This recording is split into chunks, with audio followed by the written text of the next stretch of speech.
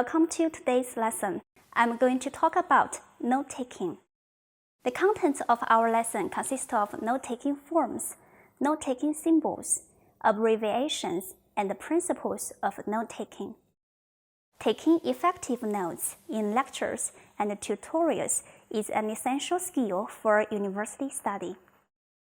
Good note-taking not only makes you listen attentively, but also represents your understanding of the whole listening material. Therefore, good note-taking allows a permanent record of key information that you can integrate with your own writing and use for exam revision. Firstly, let's take a look at note-taking forms. To keep a retentive memory of, to enjoy an effective review of, to have a further thinking of what a speaker has said, the listener is required to adopt a different note-taking form when faced with a different information type. The following shows the note forms the listener should use when taking down different information. Well, let's look at some examples, showing what different note forms look like. Example 1. During a lecture, we can draw a mind map to visualize organized information. It is often created around a single concept, drawn as an image in the center, to which associated representations of ideas such as images and words are added. Major ideas are connected directly to the central concept, and other ideas branch out from those. Next, example 2 presents a table of comparison and contrast. It helps us grasp the main ideas and their relationship easily and clearly. Here, we'll listen to a part of a lecture on the differences between sound waves and radio waves. Please complete the table. Listen to part of a lecture in a physics class. The professor has been discussing electromagnetic waves. So, are there any questions before we continue our discussion of different types of electromagnetic waves? Today we'll focus on radio waves, and specifically very low-frequency radio waves. Yes, Tim? Are you going to talk at all about the difference between radio waves and sound waves? Okay. That might be a good place to start, actually. Sound waves are mechanical in nature, right? They can only originate and spread in places where there's some dense physical medium, like atmosphere or water. They result from changes in pressure in that medium, like changes in air pressure. So they can't travel through a vacuum where there's no dense physical medium, which is why they can't travel through interplanetary space.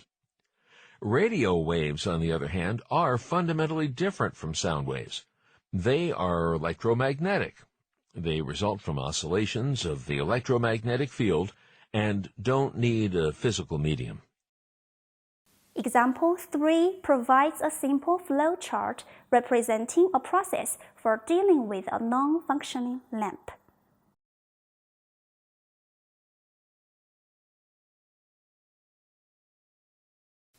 Now, let's move on to note-taking symbols. Symbols are characterized by brevity and convenience in order to take notes effectively and quickly while listening. They can be mathematical symbols, arrows, punctuation marks, pictures, or even personal symbols. But what is important is they should be consistent and easy to remember. Firstly, let's look at some mathematical symbols.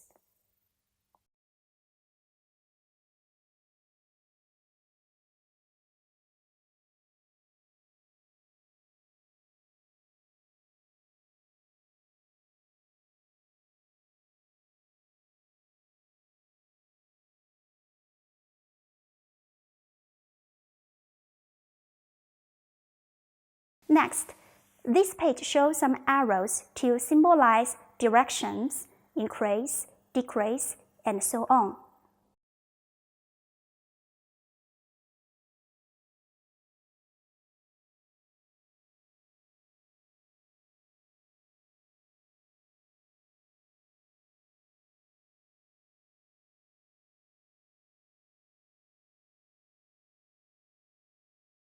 On this slide, we can see some punctuation marks for some words, ideas, or relations.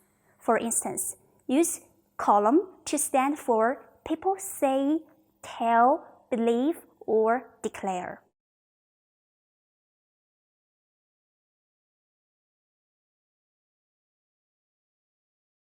Or you can use some simple pictures.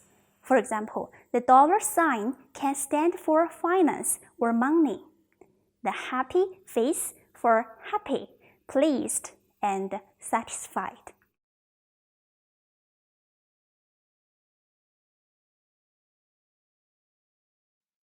To save time and get down more information, it is helpful to abbreviate words.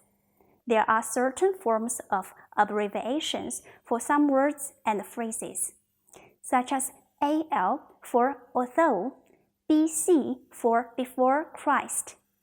Here is a list of a few abbreviations.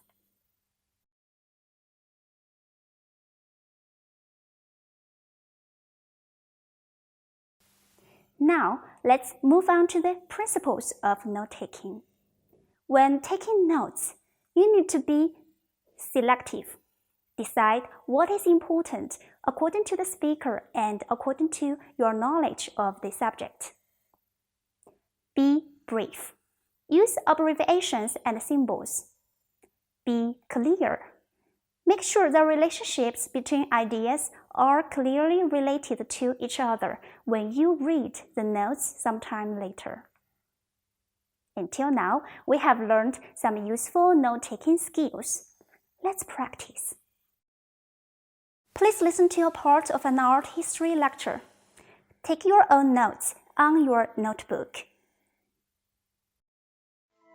The Mona Lisa, the most famous painting in the world, was truly revolutionary, even in its time. While he was painting the Mona Lisa, Leonardo da Vinci broke all the rules, even his own, in spite of the fact that Leonardo and other artists believed that women should only be portrayed with eyes gazing slightly down. Leonardo painted the Mona Lisa looking directly at the viewer. Well, how have you done? Let's see my notes. The Mona Lisa, the most famous painting in the world, was truly revolutionary even in its time. While he was painting the Mona Lisa, Leonardo da Vinci broke all the rules, even his own. Although the fact that Leonardo and other artists believed that women should only be portrayed with eyes gazing slightly down, Leonardo painted the Mona Lisa looking directly at the viewer. As you see, in my notes, I have used mathematical symbols, arrows, punctuation marks, pictures, and even Chinese character. After class, you can do a lot of practice. Okay, that's all for this lecture.